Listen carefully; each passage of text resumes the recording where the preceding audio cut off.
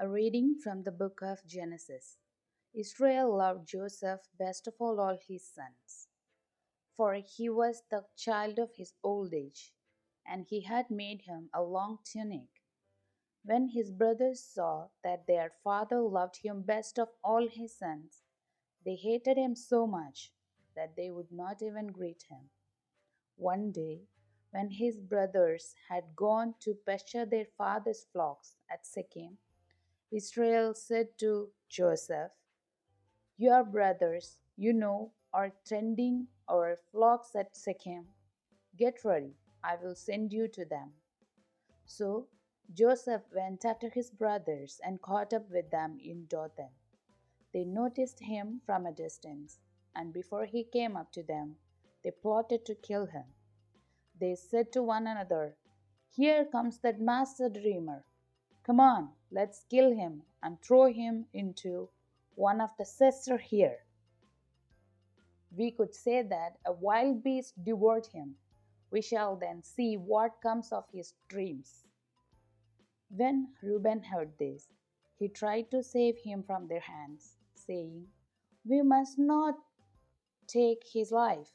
Instead of shedding blood," he continued, "just throw him into the cistern there in the desert, but do not kill him outright." His purpose was to rescue him from their hands and return to his father. So, when Joseph came up to them, they stripped him of the long tunic he had on. Then they took him and threw him into the cistern, which was empty and dry. Then they sat down on their meal, looked up, they saw a caravan of Ishmaelites coming from Gilead, their camels laden with balm and resin to be taken down to Egypt. Judah said to his brothers, "What is to be gained by killing our brother and concealing his blood? Rather, let's sell him to these Ishmaelites instead of doing away with him ourselves. After all, he is our brother, our own flesh." His brothers agreed. They sold Joseph to Ishmaelites for 20 pieces of silver. The word of the Lord responds. Remember the marvels the Lord has done. When the Lord called down a famine on the land and ruined the crop that sustained them, he sent a man before them, Joseph, sold as a slave. Remember that sustained them. He sent a man before them, Joseph, sold as a slave. Remember the marvels the Lord has done. They had weighed him down with their fetters, and he was bound with chains, till his prediction came to pass, and the word of the Lord proved him true. Remember the marvels the Lord has done. The king sent the released him. The ruler of the people set him free. He made him lord of his house and ruler of his possessions. Remember the marvels the Lord has done. A reading from the Gospel according to Matthew. Jesus said to the chief priests and the elders of the people, "Hear another parable. There was a landowner who planted a vineyard, put a hedge around it, dug a wine press in it, and built a tower.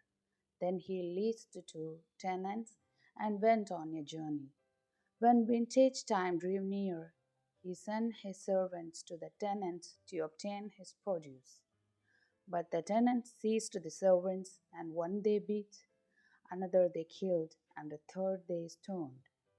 Again he sent other servants, more numerous than the first one, but they treated them in the same way. Finally, he sent his son to them, thinking they would respect my son. But when the tenants saw the son, they said to one another, 'This is the heir. Come, let's kill him and acquire his inheritance.'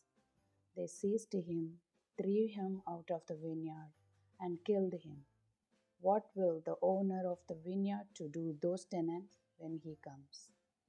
They answered him, "He will put those wretched men to the wretched death, and lease his vineyard to other tenants who will give him the produce at the proper times. Jesus said to them, "Did you never read in the scriptures? The stone that the builders rejected has become the cornerstone. By the Lord has this been done, and it is wonderful in our eyes. Therefore, I say to you, the kingdom of God will be taken away from you and given to a people that will produce its fruit." When the chief priests and the Pharisees had these parables, they knew that he was speaking about them. And although they were attempting to arrest him, they feared the crowd, for they regarded him as a prophet. The Gospel of the Lord.